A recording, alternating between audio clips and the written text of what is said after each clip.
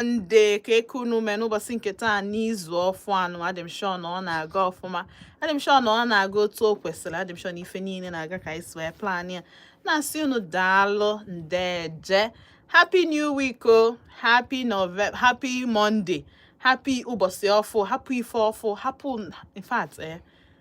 in fact happy new hustle maka na like this ọ bụ na ị nwere ego ndị mmadụ ga-ejikwa gị kparịa amụ a ga-eji gị nnọọ imego mee efesa ọfa and of course thank God na mmadụ abụrụ chukwu maka ọ bụ na mmadụ bụ chukwu aka gị fepụ gị nnọọ ka afịfịa like this and ịma na onwe ndị ọ ga-abụ sọsọ anya ka ha na-ene gị anya afọ ịkala ime gịnị ịkagolo ịwọ ife mmadụ aka ha ịghọta so mana otu ọbụla o si na-adị ana m ekene Olisa na o nyere anyị ndụ na ya adịghị akwụkwa n'ụgwọ ikuku anyị na-eku ume anyị na-eku the oxygen anyị na-eteki in anyị na-ekerekwa n'Chukwu n'ije nke anyị na-aga bụkwa n'ụkwụ anyị ka anyị ji aga na ọbụrụ mmadụ na-enye anyị ọbụrụ mmadụ na-enyere anyị aka but ọ bụ na ị bụ na onye a na-enyere aka m na-asị gị don't worry ị ga-apụta na nyanya gị one day just one day if you need ime we keep the hope and the faith alive once imekwa n'ala otu ahụ ị ga-eme gịnị ọ ga-adịrị gị na mma just keep your hope and faith alive olileanya na gịnị iji aga bụ ihe dị very very important nwekwanala olileanya hapụzie okwu so na-asị unu daalụ ebe anụ abụọ Odenigbo na Volt 104.3 FM ebe anyị na-etukwu na dinelana na ụsa arụ wee kpaa nkata otu o kwesịrị ede tụpụsịa nnọọ dị n'azụ welu nke bara uru mere ife ebe aka na-ajụ gị ka ime ebe aka anyị na-akpọ onwe ya brother skipper maka na ya tụrụ anyị baba brother skipper ọ dị very very important na everyday na na-eme ka ịmalụ because ịmalụ ihe a bụ na ụbọchị na our days and our years na ụwa ga-adị mma oge oto ogologo ebe anụ a ka m na-asị unu kedu uche gị maka na uche onye adị njọ kedu ife ilo maka na mụnwa ntị Chinazụ enidikwa m ịmụta one or two things ọ dị very very important and also ebe a ka m na-asị unu kwụba na aka unu ọtọ ọ dị very very important na amụta one or two things ọ dị very very important every day were ife ọfụ na-ana so na-asị unu nnọọ na-asị unu daalụ na-asị unu deje na-agakwa n'ebe ọbụla maka na nna anacheta azụ mgbe nna chetara azụ ngwụ na ife nji maka ya wee bịa ụmụnne m na ụmụnna m iwe na-eme na agwacha nwaanyị ọka iwe erike abụrụ onye akọọlụ onye nke akọkwuru si na ike agwụgị ya na ọ na-achọkwa onye ọya akọọlụ nke ya sef na ntị ya mana ịma na ebe anụ a nwere ife anyị ji okwu eme na-abụrụ gị na ị na-ekwu eziokwu anyị nakwa n'ala ekwu ya like this like that ndị na-amụta onwe mụ na ya na-akpa nkata taa sị na inye mmadụ advice abụrụ my problem bụ na enye gị mfụzi dị awọkụ towards change mee gịnị mgbe akwụkwọ m na mkpọ tinye n'ime akpa maka na mụ ekwuru ekwu dị anyị na ike na-anọkọtakwu na-agwụ mmadụ mana o nwere ife anyị ga-eme abụrụ gịnị ị na-ekwu maka na ọ dị oke mkpa a sị na ekwu ha ekwu mere gịnị anụ ha mezela ntị kwuo nke ị ga-ekwu ma ya bụzie na onye kwesịrị ịnụ anụrụ ịma na play go your own part play our part dị very very essential ọ dị very very important ọ dị oke mkpa na ị na-eme ya maka na ime ya ọ ga-ebu aka ọ ga-afịa arụ ọ ga-eme anyị ife ike and ọma ndị mma and ihe na-akpata ihe a niile bụ gịnị ikwuro ome ga affect one thing like with ụwa bụ na ejeriche one day ị ga-ejete nya bụ ife ihe ahụ iche na ị na-agba ọsọ na-egbanarị gị ya you fit it but the possibility of gị ịgbakwutie dị gịnị 80% the rest 20 bụzi gịnị by chance or by luck so ị ga-choose one. Cheta na nọ live na YouTube channel anyị bụ Volt Odenigbo ijekwana na YouTube search space type of Volt Odenigbo isonyela anyị live and direct na studio then gị onwe gị bụ na ị nwere access to Android phone smartphone gebe bụ ntị na radio so gbadoro ha ncha bụ live anọ m live on air and live online ịghọtago so jee na Volt Odenigbo na YouTube ka ịfụ anyị just click yes directly straight to the link engage comment ya like ya subscribe ọ bụ na subscribe be ọ dị oke mkpa aga na ebe ọ bụ na nna anacheta azụ ka m were ọmalịcha egwu anyị nabata gị Igbo amaka Igbo tọrọ ụtọ ịbụra ka m si asụ ya aba ịchọ ka nsụgide Igbo sụọ ya without itinye oyibo ọ dị mkpa mana ịmagonu ka m na-emenwu ya ọ bụrụ ife m anyị emenwu mana ịmagonu station program anyị na-anabata everybody, ma onye Igbo, ma onye Hausa, ma onye Yoruba, ma onye Fulani. So long as n'ife ndị Igbo na-atọ gị ụtọ, don't worry. Ebe anọ m ga-eme gịnị? M ga na-atapị ya nnọọ, na-emix ya, na-atụgwu ya ka i wee nwee ike na-aghọta ya, join ya, mụtakwa ihe.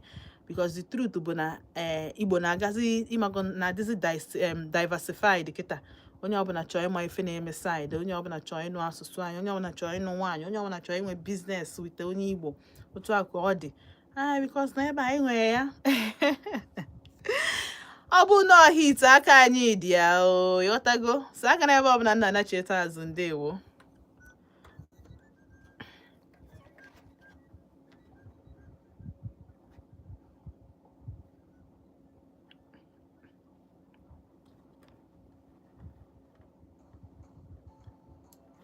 You know what I was just looking at now? Question.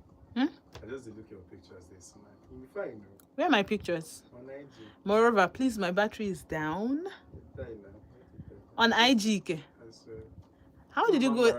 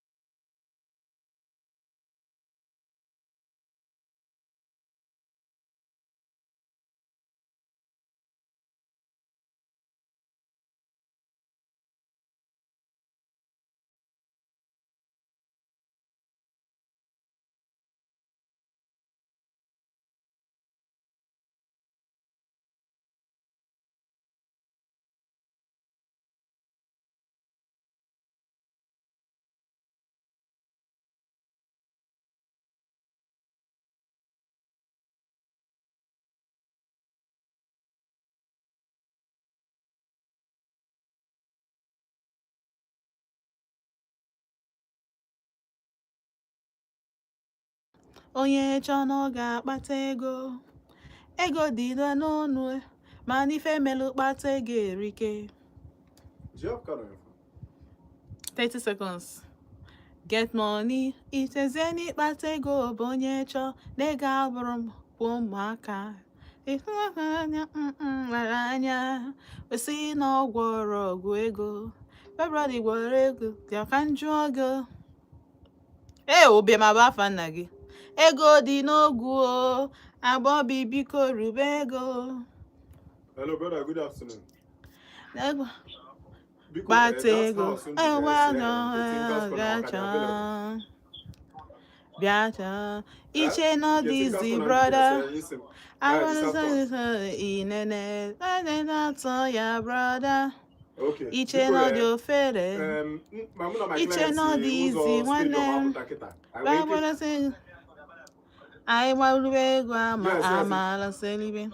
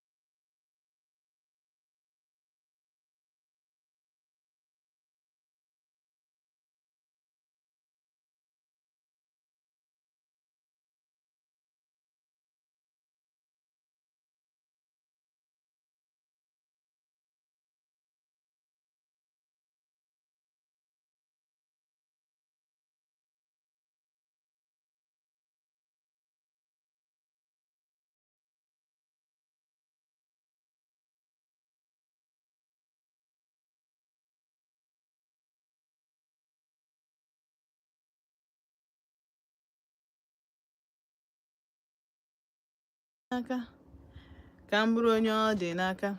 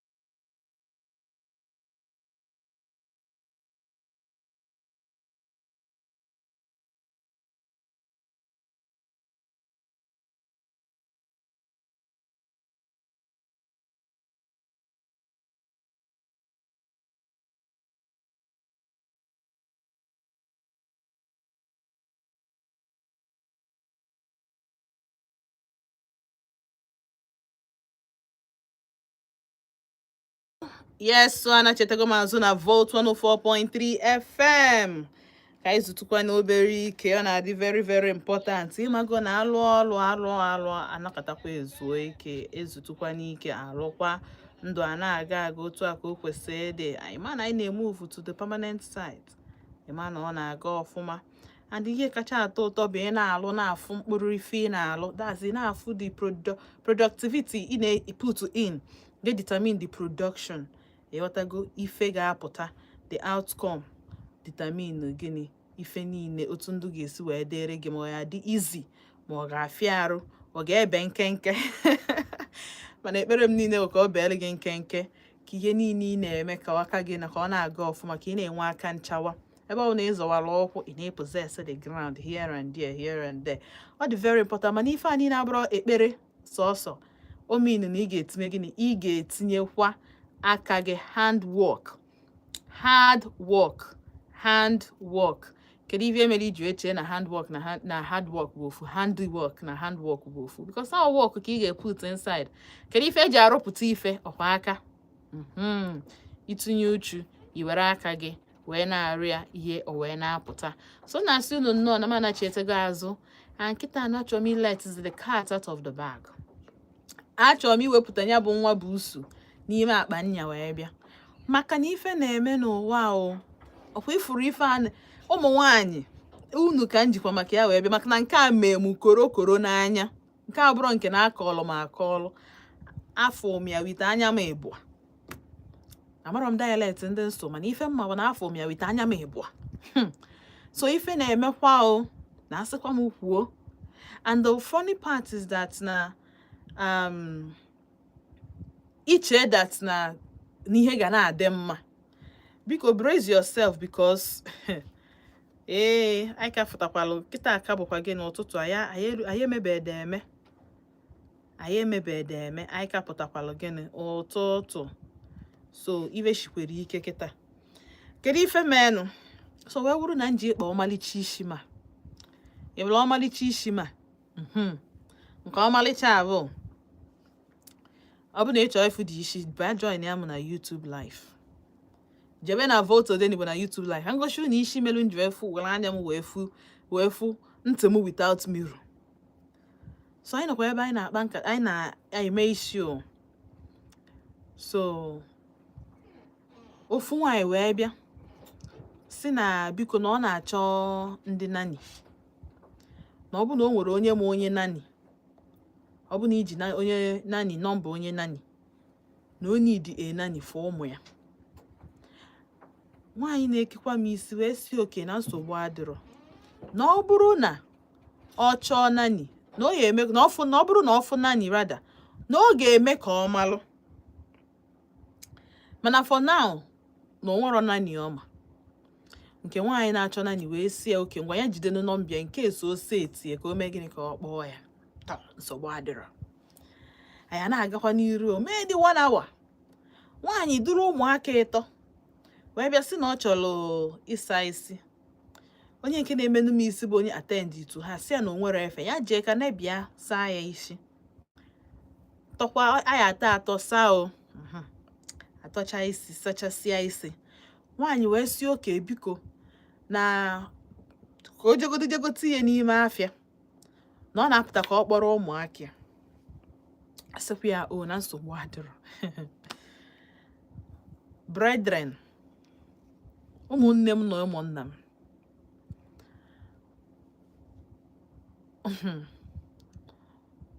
ndị nne clock it. O wee bụrụ na nwaanyị bụ ọsọ ka ọ gba. Ụmụaka 3, chalachala ụmụaka 3, fine children, 8 years, 6 years na 4 years. Ya na-eme on Saturday. And ya na-eme n'Ọka o, unu emeche no, ọ bụkwa ba ya bakwa n'Ọka. Ya around 1-2 on Saturday. Ka wee 2 o'clock. Ọkwa ya ka anyị nọkwa na-eche ka nwaanyị pụta. 2 akụcha, 3 akụcha, 4 akụcha, 5 a na-akụ, 6, 7. onye na-eme m isi wee sị ya bịagoro ka anyị nawa ma na be m na chi ejugo na mụ anyị anọnwụ n'afịa ebe a till this time. Anyị anakwa ahụ nyanwa na onwe ya si ndị afịa na ka o jee metọpụzi ya dị isi na be m. Otu ka anyị nọkwazi ebe 8 akpọbazie nke nwaanyị si ya mbụ onye nke na-eke mmiri wee sị ya keduzi na ụmụaka akpọsara ya ka nọkwa ebe ahụ na ọ batabe. Ọsịsị ya nke na akpọsara ya ụmụaka. Ọsị na ọkwanye anwa ka onye kpọsara ụmụaka kwanye anwa ka a na-ajụ ese naanị na ndị otu ya. Ọsị ya ehe na-ajụzi ese naanị gịnị mezie na ọ bụrụ ya ka kpọsara ụmụaka nọkwa nwe onye mere ya isi na onye mere ya isi ka ekwesịrị ịjụ na onye tọrọ isi saa isi so kedu ya na-ajụkwara ya maka ụmụaka. Kedu ife a na-akpị ya ime otu a ka esi wee na-eme the call back and forth na nke 8:39 na na-akụ. Nwata nwaanyị wee sị na oke akpọzie na phone mgbe ebe 9 akọsụka anaze because before then ka ihe a na-emezi before 9 ahụ akpọghị ya sị ya na eduzi ụmụaka je police station. Line nwaanyị nyelu adịghị aga line adịghị aga o. So a na-akpọ dị nke nwaanyị na-akpọ onye nke na-eme m isi nna ọ dịzie ka dị tin nọ n'isi ya ka o kozi nyawa na-arụ nsị anya ka ha fugodo m n'isi fel fo were iwe ndị ọma obere isi nwanne nwe na ọ bụkwa na ọmụ bịa o na mụ ama ngakwa because na o nwere ihe gbasara m na the case at least na-akpọgogo ụmụaka jee police station. Na nke a na-akpọzi gịnị sọrọ nwaanyị isi na just na nwaanyị jụrụ gị ajụjụ ime gịnị ịsa ya ajụjụ kezi ka esi wee na-asịzi gị n'oge ka akpọsara ụmụaka meanwhile ọ bụrụ ngwa tọrọ isi ọ bụrụ ngwa asara isi nyawa ka ha pụtakwa dito na akpachaziri m dị isi nyanwa nazie sizie natazie on Sunday na chetazie ebe m on Sunday ka o metọpụ nya bụ isi ọkwa ya ka njụbaziri ya ọsị m na o rukwezi na ndị nwa niile na-akpị ya na fon nwerozi ndị ọfụ na n'ụtụtụ anụ a ka ọ na-abịa na ebe anụ a ọkpọ kedu afịa nọmba e nyere ya nke ọ bụ na ọfụnani nọmba ring fon ring ya nwaanyị pik ya ọ bụ na nwaanyị jete si na o je wee burial iwe hapụ ụmụ gị wee laruo n'ilo n'aka strangers ndị mara maka na ije wee burial. O wee sizie m no wonder na mgbe ọ fụkwa nwaanyị anụ a na m afro ka ọ dị na ọ dịcha irresponsible na even before them before m bịa sef na ya bụ nwaanyị na-ekwu na ana na di enwe issue nke ifu nwaanyị ihe ama na ọkwefu ndị ọya a na-agwa ntị anụ ha ụmụaka ịtọ ka inwe obi kaa gị ịhapụ ha n'afịa ebe ịbịa mee isi jewalụ si na ije wee burial chi wee jikpodozie gị so ọ bụ na gị nwaba adult na chi jikpodozie gị ụmụaka ịhapụzie n'afịa ka ị ga-emezi ha and ihe na-agwa gị up till now afụbeghị nwaanyị ụmụaka nọ na police station ụmụaka ka nọ na police station till this Monday. Ụdị omume a anyị akpụ ya gịnị ọsọ amarọ m ihe anyị akpọnya bụ omume amarọ m ihe anyị akpọnya bụ behavior. Kedu ka a full grown mmadụ human being ị na-amụ nwa ịma na iman take care of those children ịma that na iman take responsibility for them ịma na aka esiro gị ike ịma na o nwere ihe ị na-eme aka si gị ike mana ijisi ike mmụọ nke izi mmụọ nke abụọ mmụọ nke ịtọ ịmụziazie anyị ma na ekọnọmi adịrọ mma i wee bịazie wee duru ụmụ gị dusezie n'afịa ka onye nodozikwa anụfe anya ka onye nodozie ha anya n'ihe isi ike a niile ego Chineke na-emekwala anyị ebere maka na kwa ifuru ụmụaka ihe ha na-afụ n'aka ndị okenye ọ dị egwu wee ya ele nke ya tu nke Regina na Ned weekend I find him out that a lot of people na blame Regina for ọnọdụ ya. Nwatakịrị dị 17 years awe nunya nwoke ọzọ, nunya nwoke rada tọkasịrị ahụ, nwoke tọkasịrị ahụ. Ndị adult nọ n'ụlọ, nya bụ nwatakịrị nụọ di at age 17. Kịta o topụtagoro nwa agbọghọbịa, ike agwụgo ya na ihe ọ na-afụzi abụrụ ihe ọ chọrọ. The future, she according to her, ọ ka nwere a lot, o nwere oke oge ahead of her.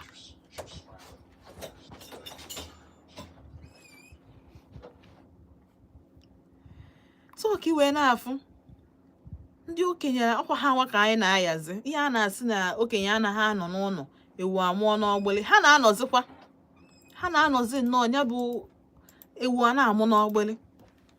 Because nwatakịrị ya dị 8 years na-achọ ịgwa m in the next 20 years ma in the next 10 years na ọma ncheta ihe nne mụrụ ya tinyere ya ọnọdụ o tinyere ya. This kind of hey na afọ m nke a anya ikegwu m kama na confidence nwe bụ na ndị ọ nọ n'aka ha bụ ezigbo mmadụ. Ọ ndị ezigbo mmadụ because I ma that n'ụwa kịta a lot of people nọ ebe ha nọ as disguise. A lot of them bụ ndị na-akpa isi mana ha nwa bụ ndị bụ kidney harvesters ka organ harvesters ka a na-akpịa. Enwe ka ụmụaka ama by this time sef because mma ha care anyị amara ebe mpa ha nọ. Nwere onye ma na ụmụaka na-efu efu, nwekwụdị ebe onye ma ebe edu ha wee ga. By now ihe ama na-akọdị akụkọ ha sef. Ihe ga na-anụzi bụ gịnị? Maybe some years later or some days later, onwe ike ama m na ihe na-eme nwaanyị a na-abịa abịa mgbe o chetakwala onwe ya, ọ na-chetezi azụ, ọ sị na ọ kpasara onwe ya ebe akọbịa ọbụla akụkọ amarozi ebe ụmụaka because o nwere onye ọ hanyere nwatakịrị ụmụaka n'aka. O ji ọsịsị na nna anachetekwa azụ. O nwere onye ikpọ ha Obi, ikpọ ha Okeke, si ya ngwa ya biko ị just hapụ ụmụaka na ị na-anachetekwa azụ. Ụmụaka ma mpụnụ ụmụaka ka ha wee mee ka ha ma ha na-eje n'ime afịa, ebe ka ha ma ha chọọ ijeje chọwa nne ha. So onye bụ ihe dịkwa egwu. O mekwa m ọ bụrụ ndị be anyị ndị Igbo asị gị o mekwa m vam n'anya. A sị na mgbe ọ ga-eme gị vam n'anya o mere m nnọọ nya vam. Na ndị mmadụ nwere obi ụdị ihe anụ ọ naghị akazi mma nwaanyị. Ọ ka ha mma na ije chọba ndị chọrọ umeed ebe ọ bụ na ịma nnodonwe ụmụaka gị anya. Amarọ m ka a ga-esi wee amarọ m ebe anyị ya ebido kwawanya bụ nwaanyị ukwu walụ maka kesi anụ a gwụrụ ike. Mana m emepe phone line ka anyị kpaa anya bụ nkata tinye nya bụ because a lot of us bụ ndị na-etinye isi na-etinye aka n'ihe anyị ma na anyị ama mbunwu. Ihe anyị ma na ose ete in the future anyị ama mbunwu ya. Ịtụkwa na ebe ịtụkwu now, ịkwụ ọtọ ebe ịkwụ now. Onwe ihe ị chọrọ itinye ụkwụ gị n'aka gị ya, obi gị na-asị gị in the next 5 years, in the next 10 years, hi makwa emenwe ihe dị n'ihe mana ị chọrọ ime ya. O nwere ka isi wee calculate ya, ị calculate the odds, factor in ife karịa iwu ome kedu ife ga-eme. Ndị mmadụ n'ụdị aka about kedu ife fa ya akọ. So kpọọ m na 07060485853 ma kpọọ m na 0915-570-8347 07060485853 ma kpọọ m na 0915-570-8347. Hello. Keke ime. Ndị mma. Ka afọ gị na ebe isi akpọ m? Honorable no. No, so.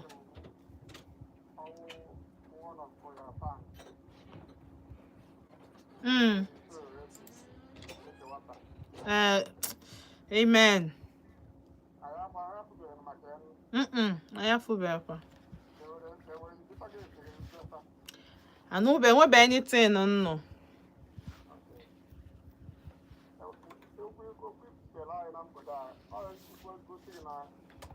Ihe na-akpadị niile abụrụ mmadụ. Ihe ifuru ihe esi na-akpaga na-akpadị n'ụzọ. Ha niile abụrụ mmadụ. Akwado ntị na asị na nwa dị ụkọ. ma ihe nke mmadụ Chineke ji bless mmadụ etu o si epule ụmụaka ekwu eziokwu maka ite ekike iri nri ma ihe ndị ọzọ niile ụmụaka since 1 o'clock apụtara ha wee rukwe that time. Oh yeah. Oh nyakwa. Short amara m ya ga-akpọ ha kama na mgbe ụfọdụ ị ga na-anọ n'asụsụ ndị be anyị ndị amaeti a sị na nwa anaghị adị ebe ọ na-aga na nwa bụ ọmawa ọbịa kpetarịta ga-ewetata okwu ụmụaka mara ebe ọ na-aga ha ma aga ebe ọ ga-ata afụ maka afọ adịghị ọbara that woman kwesịrị ka akpụta ịta ya bụ kwesịrị ka akpụta ịta ya bụ ụlọ ya arụ nwa ụmụaka ndị ọzọ na-achọkwa achọ ike gwụ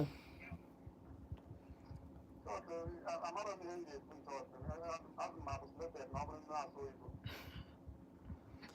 na-azọ continue my sister. God bless you. Bless you too. Daalụ so honorable. Daalụ ike gwụ asị na ndị enyere ike ama ha anọ enwe ndị enyere gịnị enwe ndị enyere oche ha tụpụrụ ana mana ha amaghị edowe ike anọ mana ọ ga-adịcha mma mana onwego ihe notice go in life na ndị bụ na ha deserve something good ọ dị abịalụ ha ndị ahụ bụ na ha dị reckless ndị bụ na ha achọọ dị ya ọnya ha nwa ka ọ na-adị ọsịsọ abịakwute.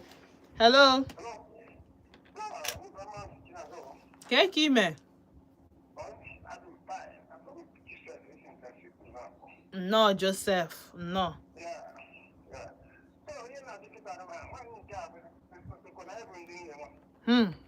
Ike gwụ.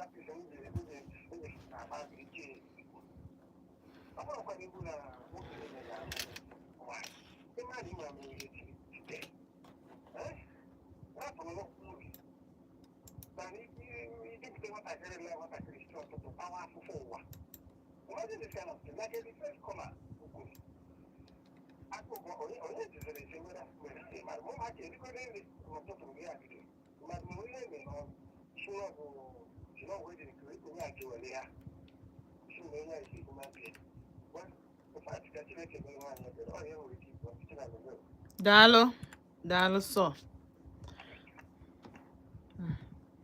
Oh yeah, I can ekwu safety and I'm chetezi na ya eli nni. Hey, Chineke ndị mmadụ ụmụaka na-atakwa ahụhụ. Eziokwu because nke anyị ma onye ma how many more na-eme.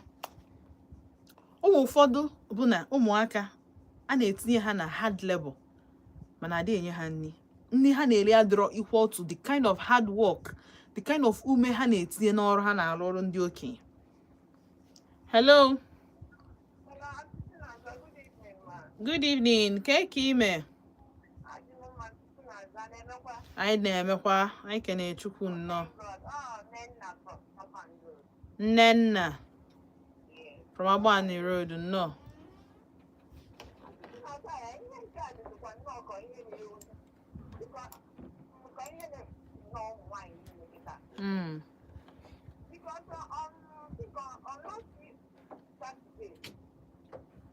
One of my friends in Nigeria.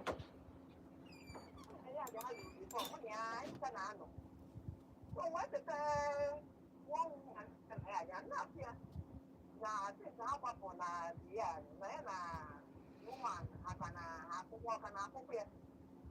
So, do I own a coconut now? Not yet, I love Ọ dị mma.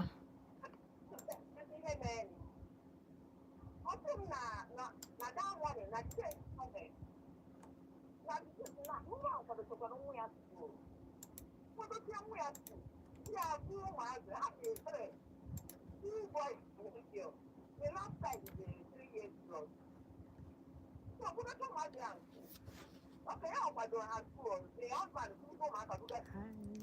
So where back? You got all of what? After some hours, woman back there go somewhere my name. But yeah. Back there property and more. Back there, so back again. By a move, maybe I think you know what you're there. So maybe you'll come out. Man, I'm not well here. One only say, who are your money in? So after this. So I'm not going to be bad woman. So this is that. Oh, we're just in a yard. Can't even say I'm a fight. Nothing. Nana saw and ma Omazian. So that's an amount for this morning. Also, number the woman I did. So how much woman getting a school? From that, I do address every high. So I was woman, who are that year, I was a woman. So we sit down, I will only not bad, the husband are not around. But sit down, it's okay, go to our 2 months and our teacher. Why drop the on by one? So maybe man, no, but I do. So I lay a number way to put it, and I turn out. What I was not only aware that not in a mother what you have. Not try nobody woman or the other. I'm sure man is a practitioner. I don't want to. So I'm going to go because you have a good man and I didn't go out at that. So because I didn't go away. Not that yeah, that's that. So good for you that. Yeah, I do my end and I do my end. Woman na kina majina kenya na try number juma na mete wetia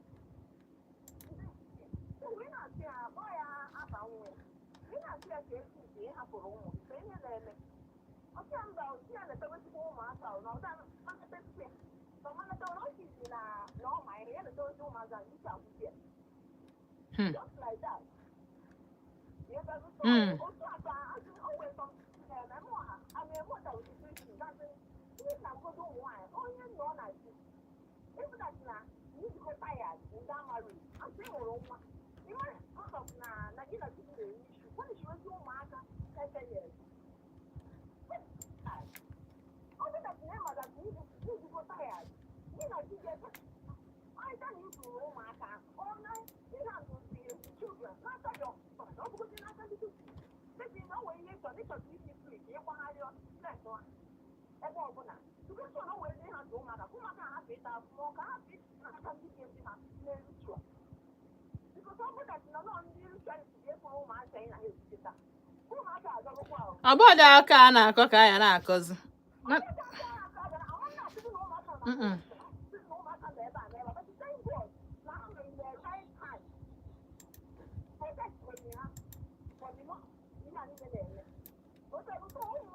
because only man not so tired. Na marry. Apo ni ti o wo. Apo o ma ka fi ye business. So o go ni na ti ko ko ta. No na no ma ka di o na bo bi ga. O ta nwa. Meta o ke meta nwa.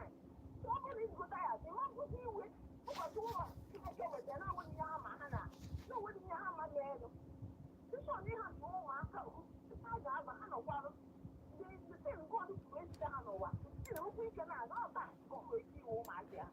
That is the you not so much out. I'm going to one of my husband situation. I can't leave my children. Oh my God, one idea. I'm open at night. You may do my command now. So, Papa with the internet. Internet, when I go on, I want to know you know, I got it. How do you look at home, Martha? So, why is it good?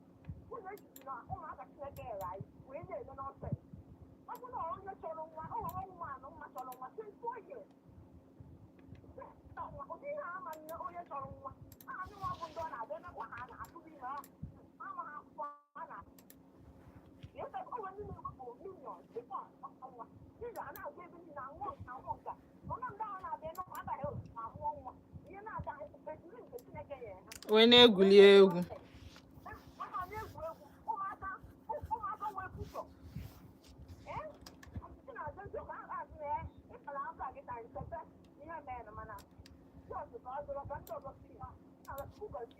Daalụ sọ. Daalụ. Daalụ. All right. So anya na ọ na-abụ apụta emeche news na mmadụ hapụrụ nwa ya ma na ọ dọmpụrụ nwa ya. Ọ na-ekise one of the reasons, one of the cases. Onye nwere ka ọ sị gị na ọ na-ejekwe ka ọ fụta like this. Ka abụrụ dị nke na ọ pụta hapụ nwa n'ụzọ.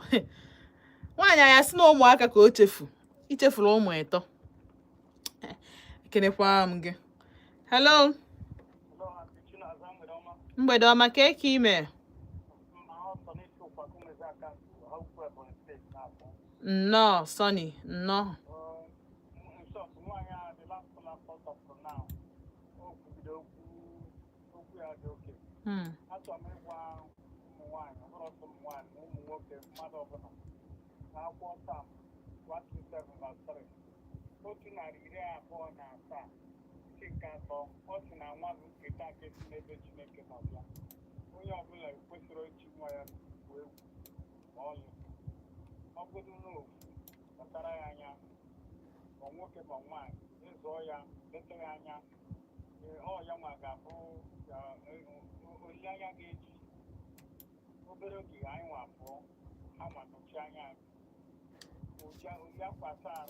Mara onwe ya.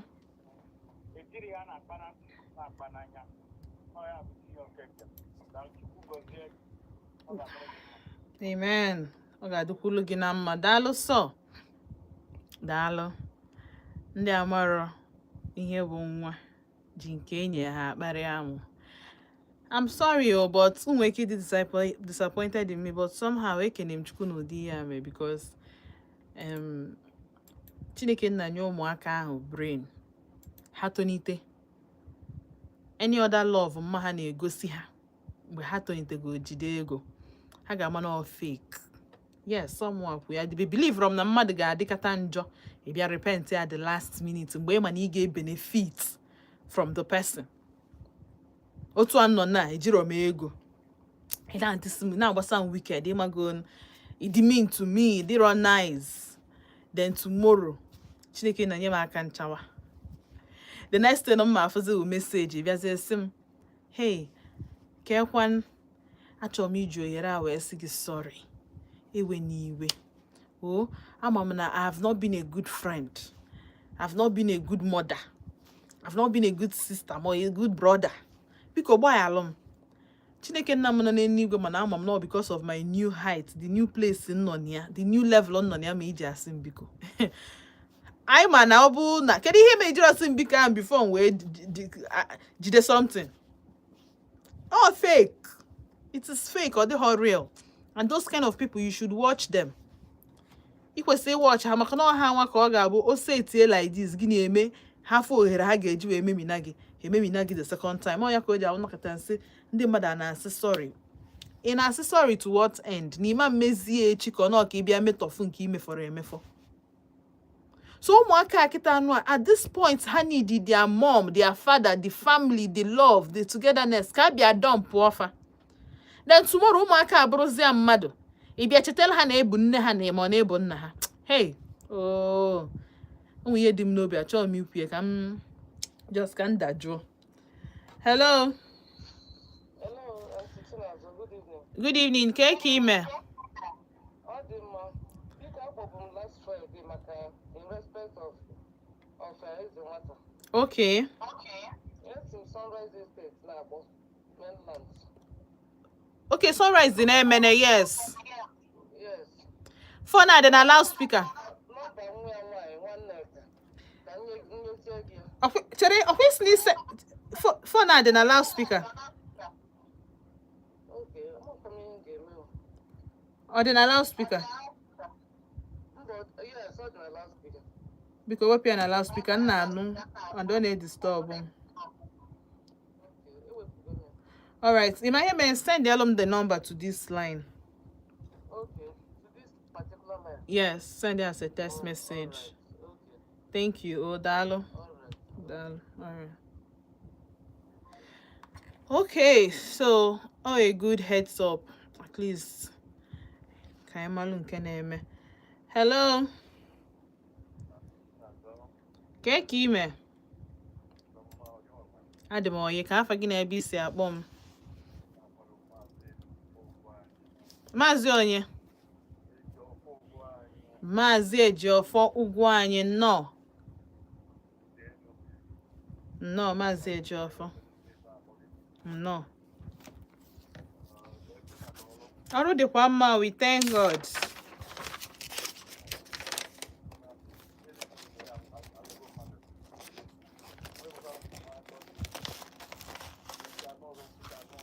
Oh, yeah.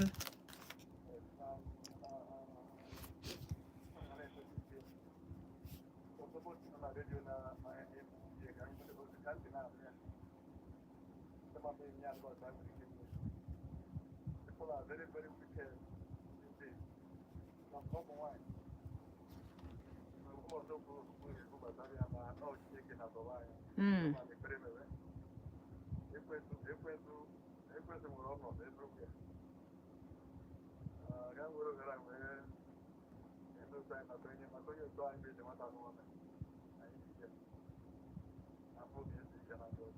Amen.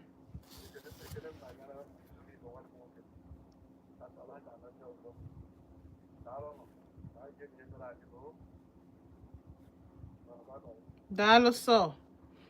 Dalo. Oh, and oh, ndidi. Your job like this, I say I do. I'm not so wardrobe. Who are we? One. Okay, I get me one. Hello. Good evening. Ke ime? Adimoye. Adimoye. Hey, yeah. Dalo so. Dalo. Ka fa gị na ebe isi akpọ m.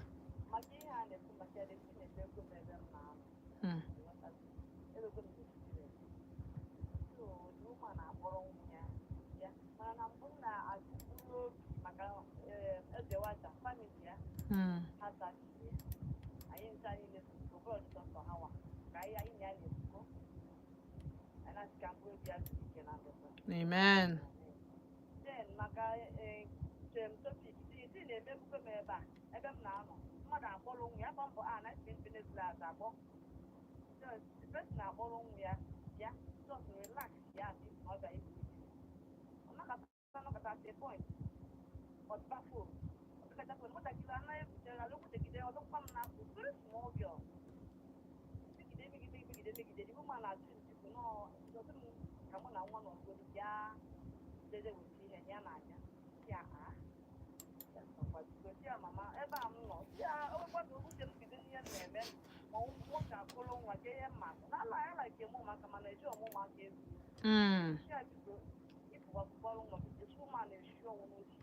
Oh, yeah.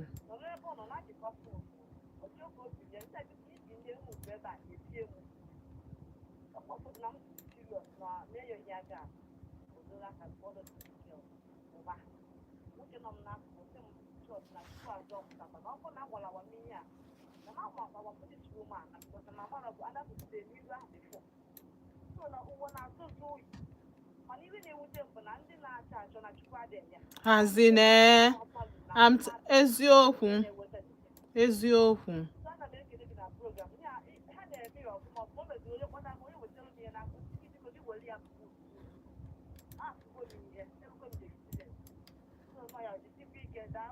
daalụ sọ daalụ ọ ya ọ ha nchọ ife a na-aya ọ ife a na-aya emasị gị ka hapụrụ gị nwatakịrị piam like this enwezi onye nke ị ga-afụ anya nwere ozi onye nke ị ga-afụ anya onye ọbụla n'ọsọ iji kedu ihe ị na-amụrụ nwa ebe ịma na ịma mbụ like nnọkọta nsị ụmụ nwaanyị bụ na ihe siri ha ike a na-amụ nwa a na-amụ ọ pụtalụ na di gị ọ nwoke gị na ya na-emekọ ya na ị marọ na aka esiri ya ike ikpuru isi ọ bụrụ fin ọ sị gị ka ikpuru isi omine na-edi anụ ihe ọ bụrụgodị na ikpuru isi na-edi anụ ihe ị nwere test bond malụ na eshie na ifu nni ewepụtara ego wee si ma na ihe dị itestie ya ị ga-ama ịmalụ ifu nni ihe adịrọ ị ga-ama na ihe siri ike amụzi na anyway I keep saying this thing and unapologetically ma na-ekwukwu ya na-asị amụ na nwa ọ bụ na ịma na ịdị already amụ na atọọla ịma na ịdị in fact ọ bụ na imekiri up your mind ị nwere ike ịdị ready mana imekibe up your mind amụ na ịmụọ nke izi ị na-anya ifu ka ihe na-adị gbaa breki gbawagodu mbọ eji na-etinye ụmụaka na ofu ha aghọtarọ isi ha amarọ isi ha amarọ the generation and the exodus bụrụ the revelation and the genesis nwere ihe ha ma ụmụaka mmadụ anyị eje buru isi ha vute ihe ha amarọ gawa police cell at police station at what age that exposure kedu ka ị ga-esi in fact that woman ama nnache because amarọ m iji ọchị ije iriche for 2 days or 3 days nachi eta azụ si na enidiri ka etie ya ihe aje kpọta mpi ọ marọ ebe mpa ụmụaka na oje kpọta ha ma ọ bụ na ọ nụkwa di maka aghọtarọ m ụdị ihe a na-eme ochie ike ụmụ nwanne ị nwere ụmụ nwanne ị nwere di gị nwere ụmụ nwanne in as much as na I believe that na ịmụọ nwa zụọ jiri aka gị zụọ nwa gị take care of your child ekwena ka nwa gị na-eje ije na-aba because amụta nke ya ama ebe o pikite a bad character mana kama ị ga-ahapụ nwa gị ọgbọ ọsọ kama ị hapụ nwa gị gbaa ọsọ hapụrụ ndị ụwa ụmụ gị gbaa ọsọ ọ ka alụ m mma na m chọrọ onye trust ga-enodo nwuru m nwa ahụ anya ofu onye mara ask anything from the person na ị na-enye nwa m nni nye roof over his or her head ọ na-aga school is enough. Chọọ onye need a kind family, somebody mana ọ bụ na ị na-enecha anya na onye a kịta ya eme nwa gị ka o si eme nwa ya na because aghọtara m nke ịhafụ ụmụaka aghọtara m onwere ihe ị ga-akọwala m kịta onwere ụdị isi ike na-eme gị na nke pezili mpe nke a dị 4 years anọ ofu ka iman ọ bụ na iman nodo nwa ofu anya iman na-edoro m ihe exist as a human being ọ bụ na iman nodo nwa ofu mkpụrụ nwa iman kpasalụ ọ bụ except na nwezikwe nke ọ hapụ n'ilo because ọsọ ịtọ ka ifụ biko dị ndị a nwere ike enwecha ịnọ ma ise na anya bụ ihe o juru m anya ọ na-agba anya mmiri maka nọgide n'ilo until police adịzi involved.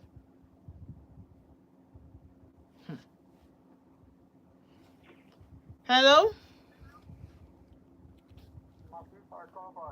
Honorable, no.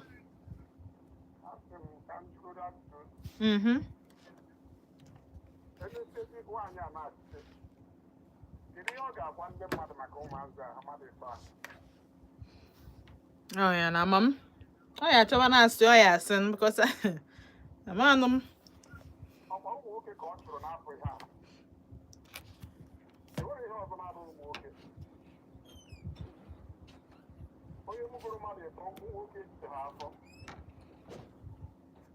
Okay, I'm sorry, this thing you. I can use the room as well. Okay. Dalo.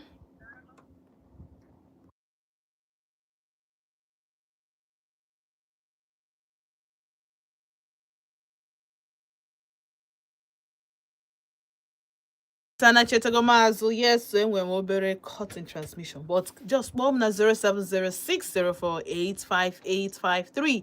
My one na 0915-570-8347. That's not the code. Hello? Evening. Ka afa gị na ebe isi akpọ m? Chamaka gaa n'iru. Ka ebe isi akpọ m? Nnọọ Chiamaka gaa n'iru o.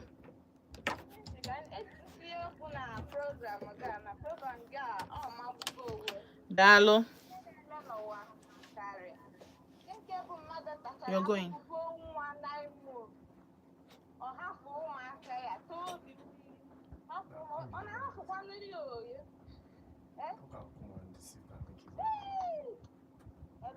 Nna anụ ị na-ekwu. Ọ ya wụ na ọ mụ na Chiamaka ka ọ na-ahapụ ọrụ ya na ya ma nne m onye ka a ya ajụ.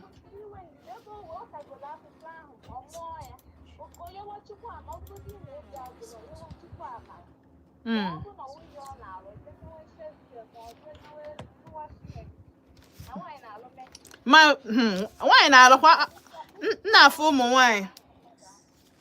ụmụ nwaanyị kịta ha na-anyacha ma keke ma bọs. Onweghị nwaanyị adị alụzi kịta. Chukwu na ka anyị na-ya zọọkwa ya o. Ya nwere ihe mere ụmụaka nka ya sefu ụmụaka nka dowe ha ndụ. Ya ka m sịkwa ka m tinye ọnụ n'okwu na. Daalụ. Anyị niile maka police condition Nigeria dị. Ọ bụrụ a place for adult, ọfọzụkwala ụmụaka. Ọ bụrụ a place for adult at all. Ọfọzụkwa ụmụaka. Mana ịma na asị na Chineke ụmụaka dị egwu. Chineke ụmụaka dị egwu. Hello. Ka ime? Ka afa gị na ebe isi akpọ m?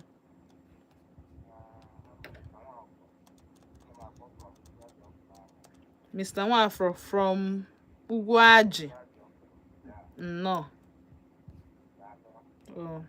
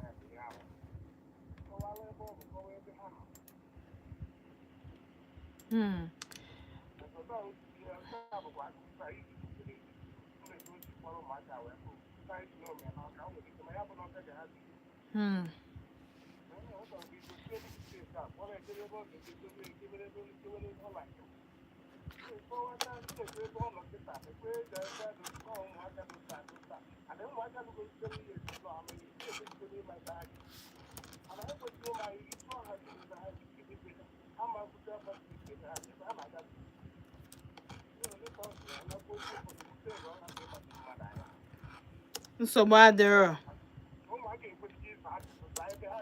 Of course.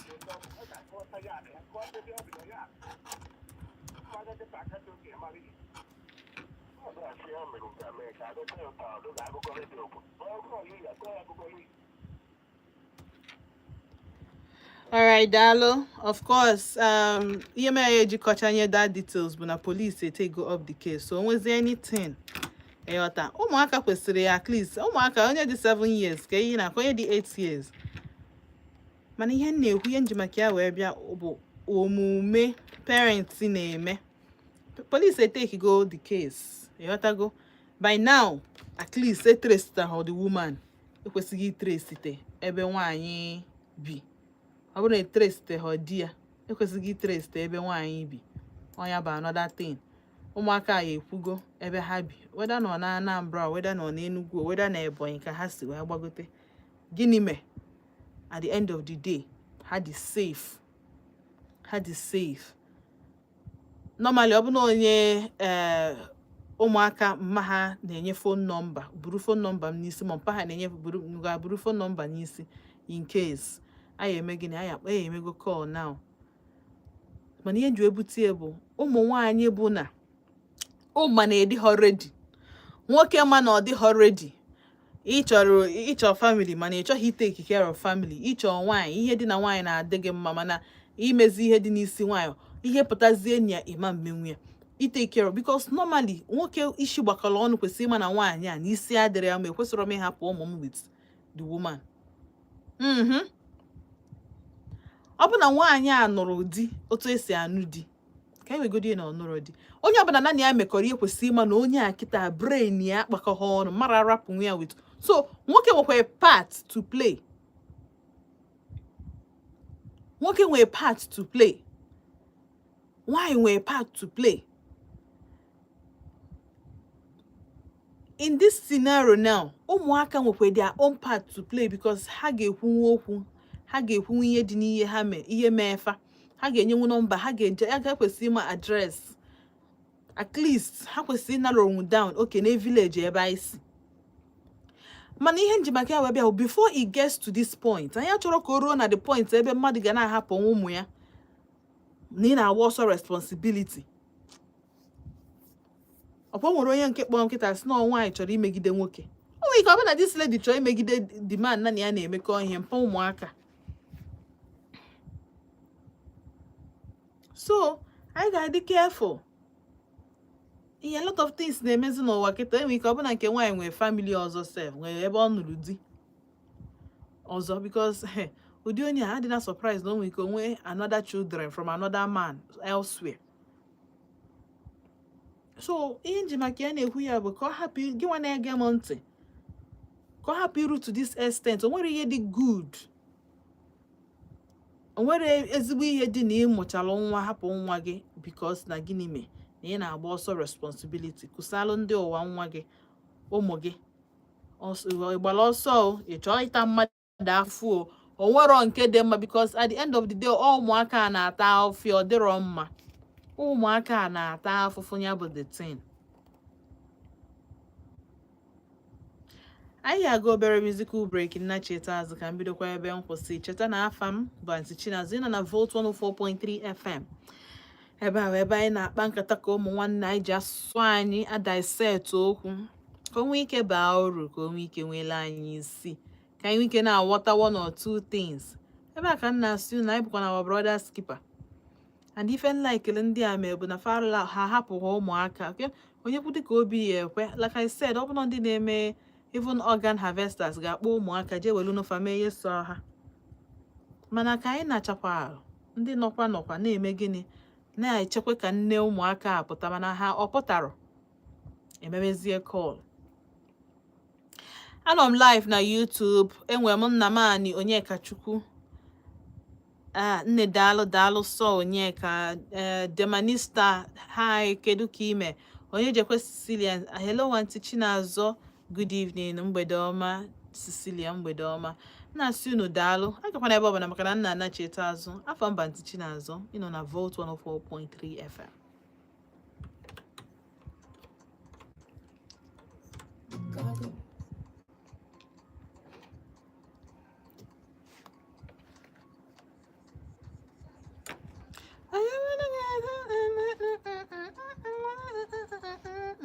N'obodo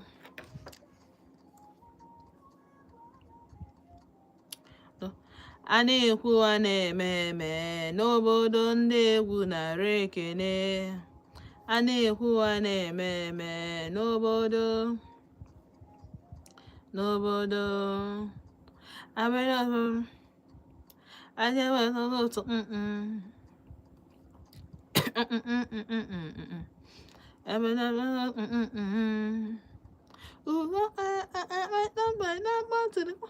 ihe wee jekwa eme n'enu korota, iwe wee jekwa eme Ugo simba batago. Anyị na-ego abịa n'anya. Ugo ram abatago. Anyị na-ego kaba n'anya. Ebe na obodo anyị na-edo. Ah.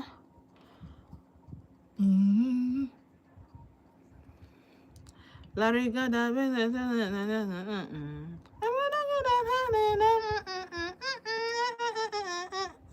n'obodo.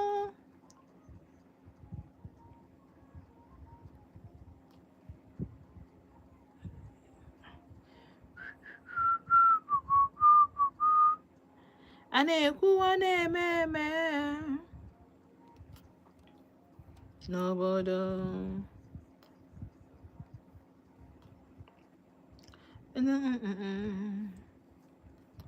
Narị ofu, narị ịbụ, narị ịtọ na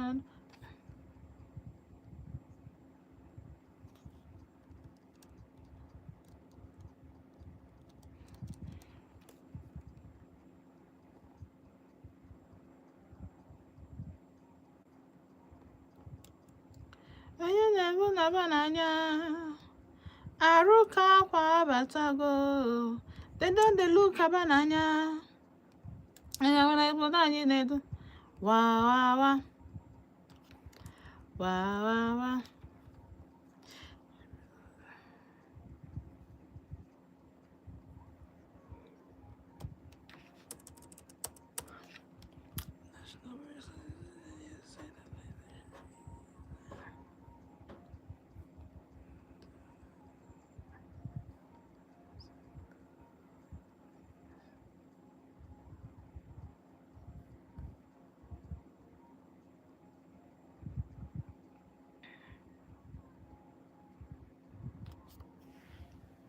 N'obodo.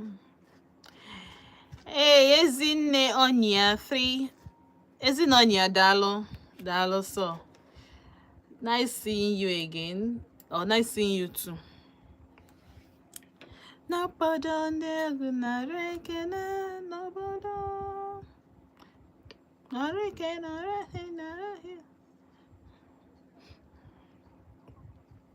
If you know final.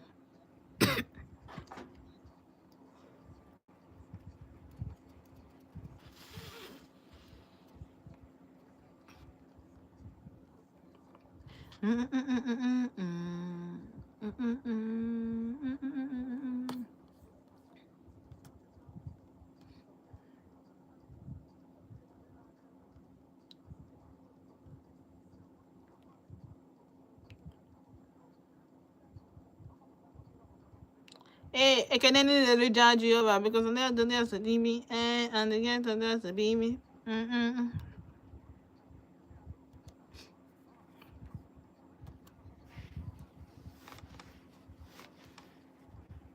But I think when the but if you ain't talking money more, if you go dark.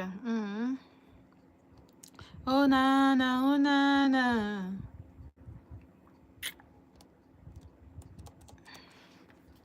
Oh na na, oh na na. Federal Ministry of Agriculture.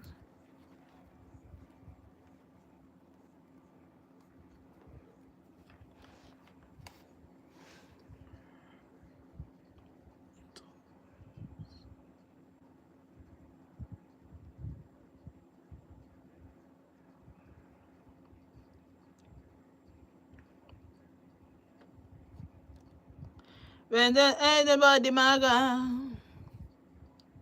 then the one we never pump. Oh na na, oh na na, we activate the money. We know the funny. Oh na na, oh na na, do do do.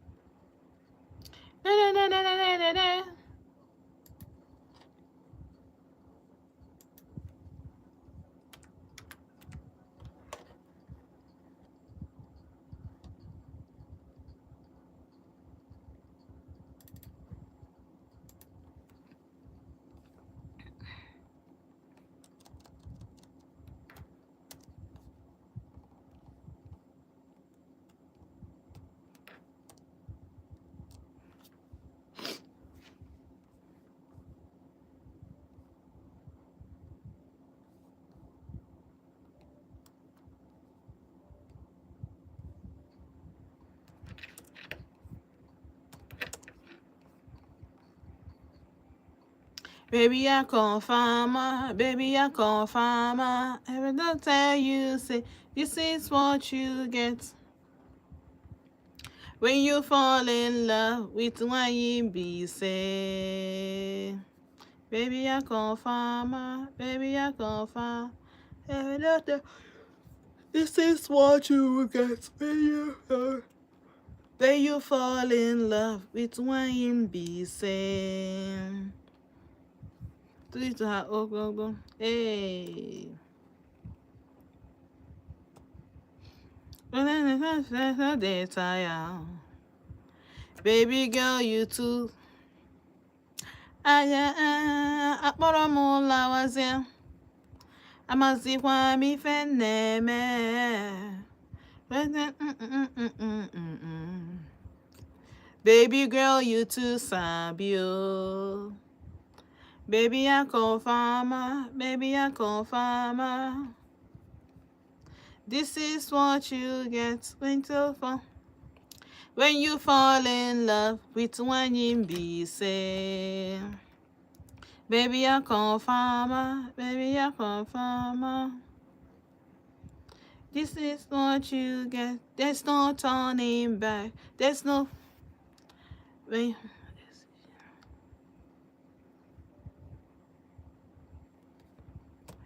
She sabi how to cook her. With oh, baby girl, you too sabi o. Akpọrọ m lawazie. Amazikwa m ife na-eme. Fall in love with the one be say. Baby, I confirm, baby, I confirm. And no tell you say it is what you get. Then they fall in love with one you be say.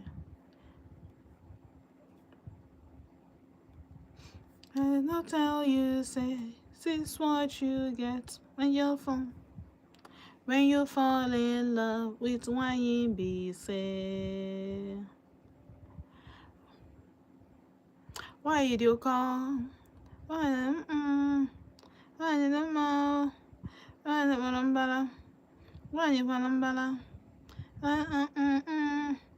you 5? Open up Guarabagua. Papa mo Guarabagua.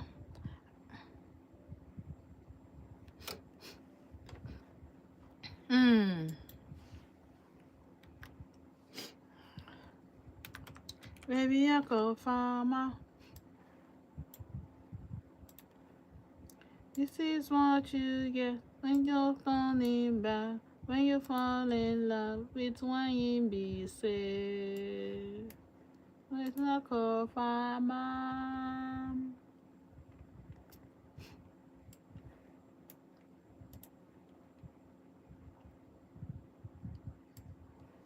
Late.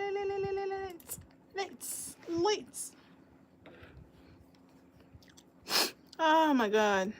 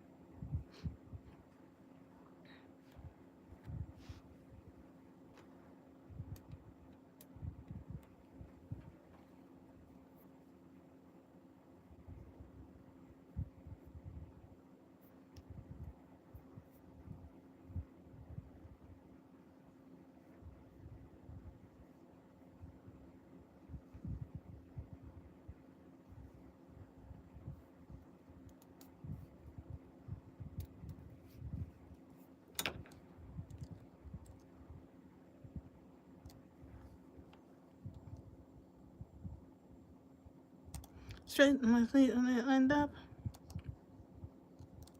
You never see before.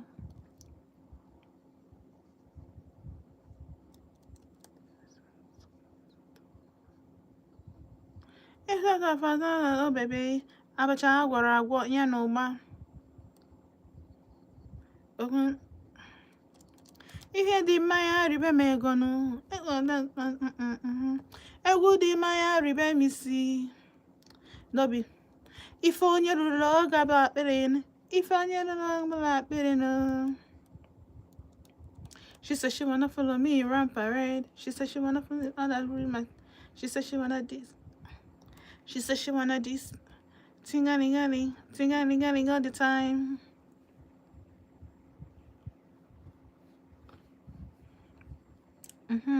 Never gonna love before. I walk a boy like me.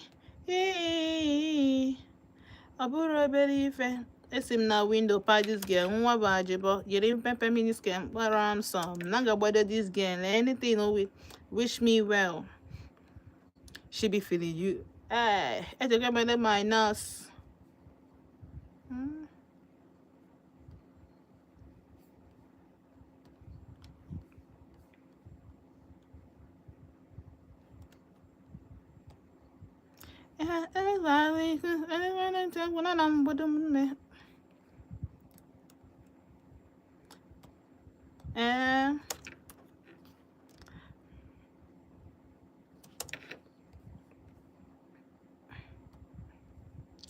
Iye di maya ribe me gonu, all the maya ribe me sinu. Waiting I get, not my fault, not my fault, not my God. She said she wanna follow a local boy. She said she wanna follow a long. She said she wanna live my life. She said she wanna this. She said she wanna that. A little bit of this, a little bit of that. Aburo berry fair. She said she wanna borrow berry fair. Yeah. It's him na window pa this girl.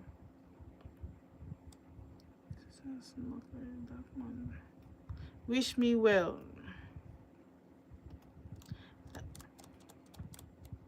Then go again and all y'all. More like a woman can't buy a wedge under the full moon lightning. She does not wear when she's in a shaji.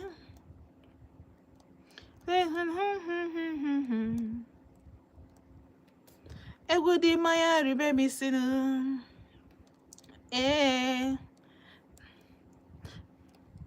Now my God.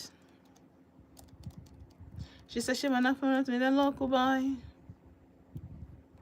She said she wanna live my life. She said she wanna a little bit of this, a little bit of that. Hey. A burra berry fair. She said she wanna burra berry fair. It's in the window pa this girl. Nwaba jibo. Nanga this girl. Anything will take if I wish me well. Amara mmadụ negere egwu ahụ wee kpọọ ya ife because egwu amamama wee tinye ya nnọọ. Because a lot of you mgbe ọ ga na-atọ mgbe ọ ga na-eset mgbe ọ ga na-eshelekwa ịma nsịkwa hey nwa bịa ka m ga-esi wee mee nwa bịa m ga-ebudo nwukwu ya nwa mechie bịa along the line kedu ka isi ga-adị m ma dịskwa mentally okay because all one thing ịbụ nwunye mmadụ is a whole different ball game ịbụ a mother. It's a whole different ball game. Ibu a mother. Ọbụrụkwa mmadụ niile hapụkwa onye nke anụ a kpọfugodoro onwe ndị na ụmụ ya nọ n'ime ụlọ but onye ama na ọbụrụ a good mother to those children. Ịma na ọbụrụ the standard eji azụ nwa ka iji azụ ụmụ gị. So the issue bụ eduru gị jee village taa abacha ahụ nkwobi nta n'imo at the end of the day. Ụmụaka bịa ị ga-eme nkwa ife dị na unu a ga-eme nkwa ife dị na ajụjụ ahụ ajụjụ kwesịrị ịtụkwa na gị na partner ga-akpa nkata ahụ mara ihe partner gị na-alụ gị nwa na onwe gị kedu ife ị na-alụ ụmụ one ka unu ga-azụnwu ọ bụrụkwa na ife ọjọọ asa onye Igbo n'inwe ofu nwa ma ịbụa ọ bụrụkwa ife ọjọọ amakwa m onye gwara unu ma ọ bụ na ịmụtara nwoke na ị ya na-amụ ntụrụ amakwa m ebe nsu emụta nweta data idea ịmụọ ịmụzia nke ịma nzunwuzi ị na-achọzi onye ị ga-atọgbọlụ nwa gị ị na-achọ onye gị na ya akọ asịrị onye gị na ya akọsasị because a lot of us ebe anyị nọ kịta anụ a just problem ka anyị na-achọ ịkwa na this problem amanwụ ọ bụrụkwa ife ikwesị because ihe a problem ka o ji etinyelu ndị mmadụ n'isi onye hapụrụ ụmụ gị ebe ị hapụrụ ụmụ gị ị na-ahapụ ya onto what ka ha laruo n'iro ka ndị mmadụ fụ ha mee ha ignore ka ọ gịnị o ka akpọrọ ụmụ gị onye dọwara onwe makwa ka ekọnọmi dị na bia ịmakwa na nne na ezinụlọ ya afụkwalụ nke ha li ịmarọ ka fa si ama na-eji ịmarọ ka ife si aga ihe ma wee tọrapụ nwa ai ọ dị mma hello good evening ka ime ndị oyi ka afọ gị na ebe isi akpọ m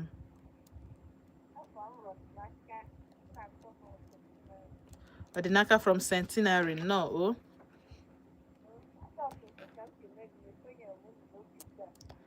ewo ị batara n'oge nsogbu adịrọ o ngwan oh bye bye esi na window paa gị with mini skirt mgbe ị ka dị ọgọ asụ nwaanyị ghọtago mgbe aka na-ekwe gị ọnụ ị na-amaba na-ana village na-anata na-eje out na-ata nkwobi ụmụaka bịa ị na-akwadotekwa ị kwadotegokwa onwe gị ụmụ nwaanyị unu especially ụmụ nwaanyị ka m na-ajụ ajụjụ a hello ka ime ka afa gị na ebe isi akpọ m ezimo nnọọ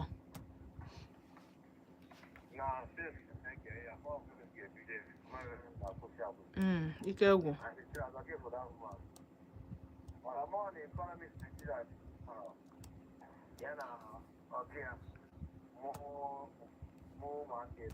oh yeah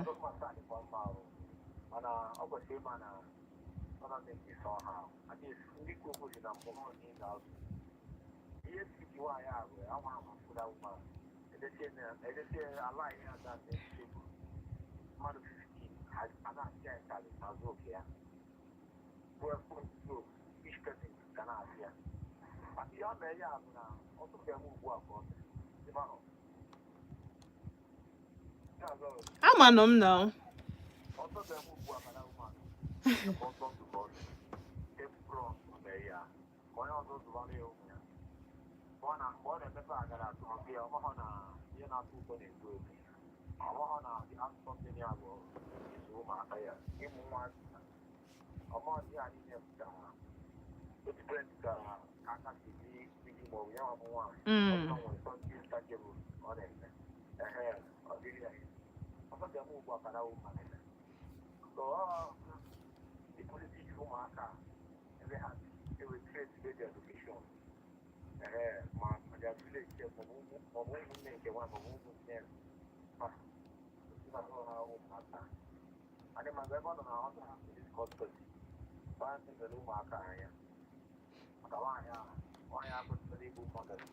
cha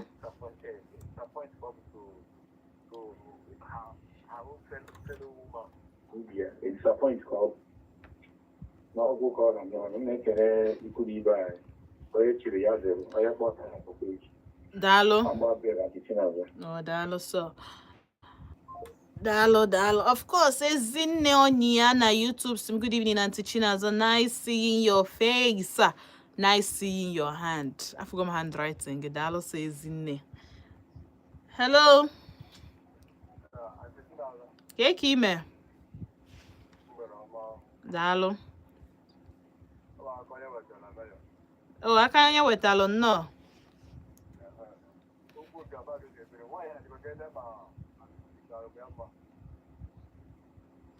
ekwesịkwa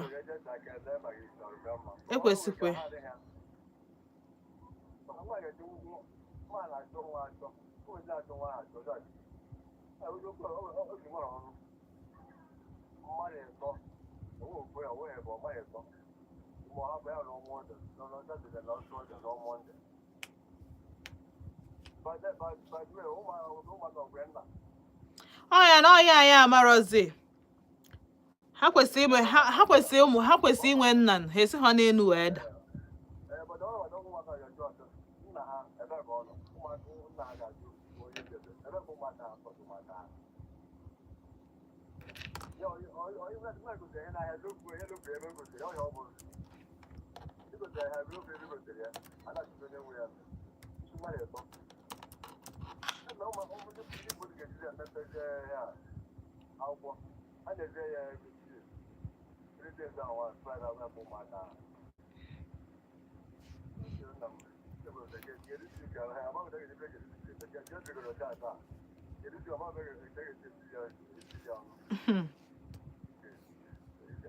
Ikegwu. Daalụ. Akonye wetalo from Mayor. Daalụ so. And of course, I know it's not the last wrap of the show. So I'm going to join you where it's near one or two things. Na situe na this imagon. Ano katakuzi. Nature is CDI. Na hey. Asị m onwe ka ọ kara ewu na ọwụ na ọ dị. Ịghọtago? Onwe ka ọnọdụ kara ewu na ọ dị. N'ikpọrọgodo ụmụaka, ifụkwa ụmụaka ahụ, fine children. Hey. Kpọrọgodo ụmụaka dị anyị. Dobegodo n'ụlọ. Ụmụaka toniteworo President of Nigeria ndị uru dị na ya. Onwe gbasata n'ụwa mpụta. Ihe gbasata mụ bụ ị na-eme ọgọ na-eme ihe ọma. Maka na ị ga-eri elele dị na ịdị good. Otu aka ọ dị njọ. Ọnya ka o ji awụmekwa na nsị unu otu aka ọ dị njọ na ọ ga-adị mma. Otu aka ọ dị njọ. A witness gomia. Europe, the fruit of your labor. It is real. It is real. And ụmụaka, I'm telling you, for ụmụaka, ụdị ya mee ha ụdị ndị a na-adị very successful. Ụmụaka na-adị very extremely successful. So, otu ọbụla o si na-adị ọbụna ịbụ a young girl, ị na-ege m ntị. Young girl mmiri bụ na ị ka dị single. Ị chọọ ịnụ di. Ị chọọ imeke, first of all, ị chọọ imeke ya with nwoke na-abụbeghị di gị. Magodo na onye ahụ dịkwa ebela incapable. Abụrụ sọsọ na enu akwa. Maka na ọ na-awụ brain unu ụmụaka kịta na onwe ihe unu na-echezi na-abụrụ enu akwa. Ọ bụrụ na-eche uche ka ndị na-afụ front. Ka ndị na-afụ iru of when some certain mistakes too na man na-emeke.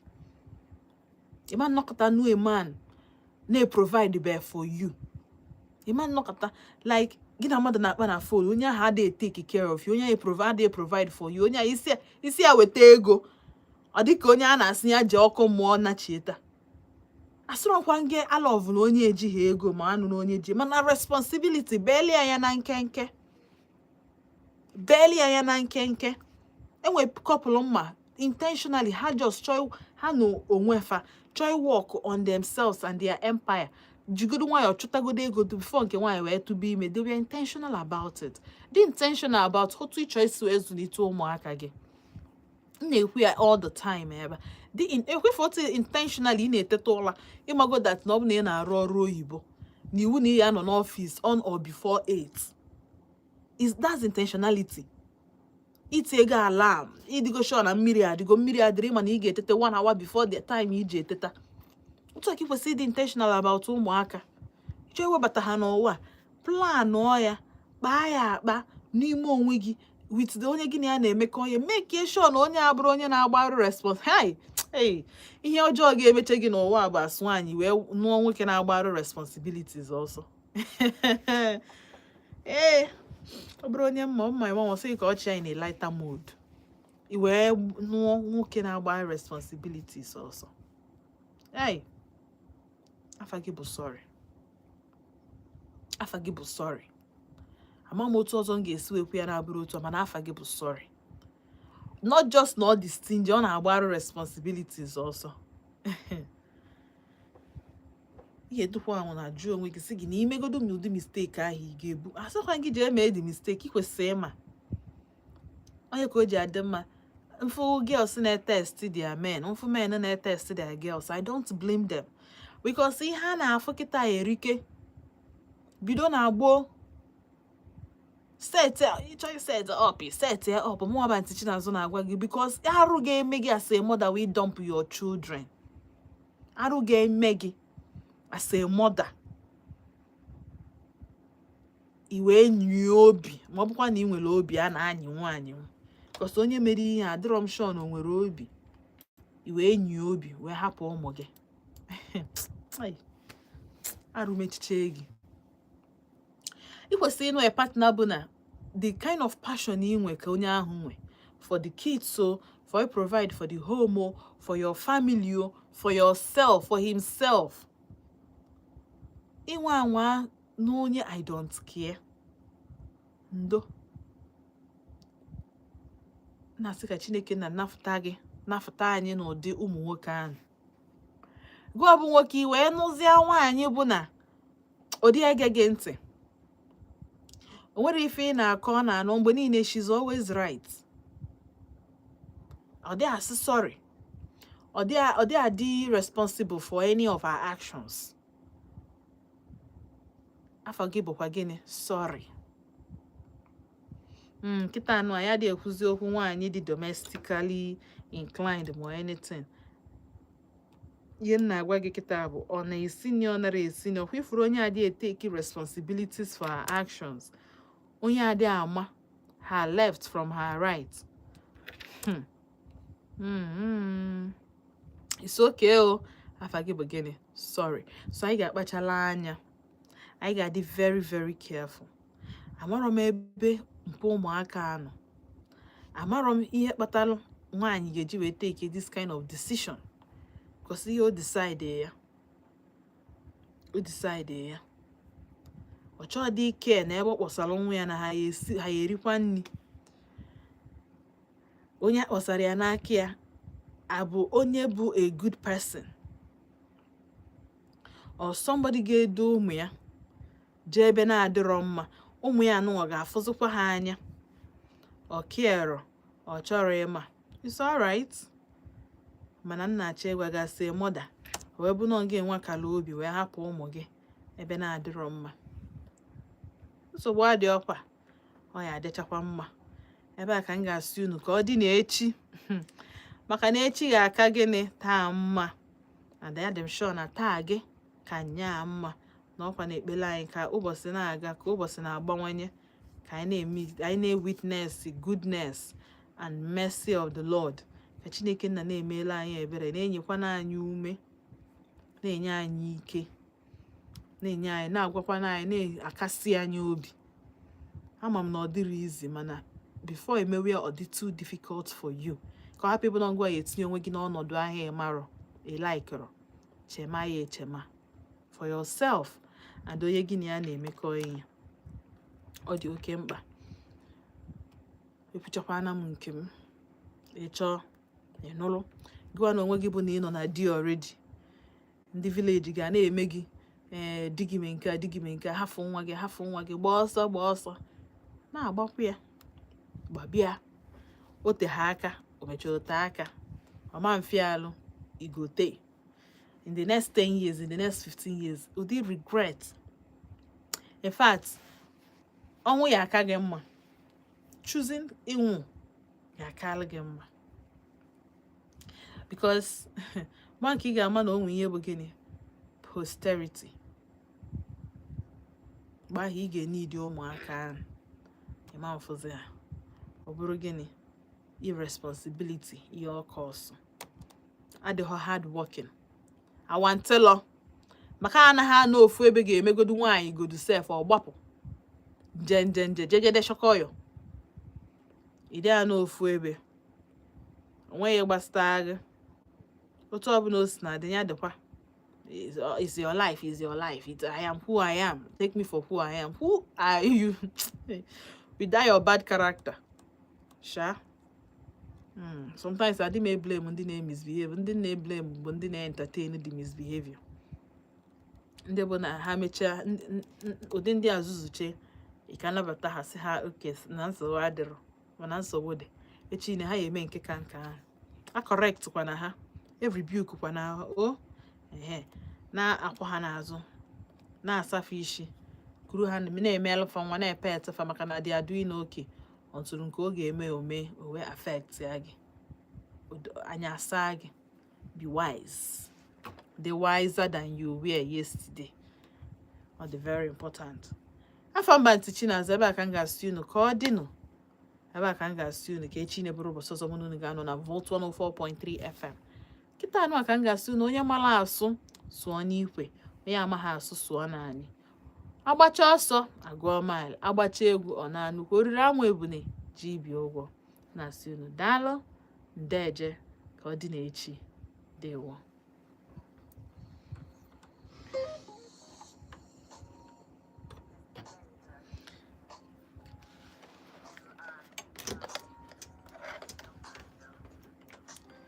Okay, guys. Bye. Thank you for staying with me, coordinating. My dear Cecilia, let women be wise. Oh, Dalo. Darling.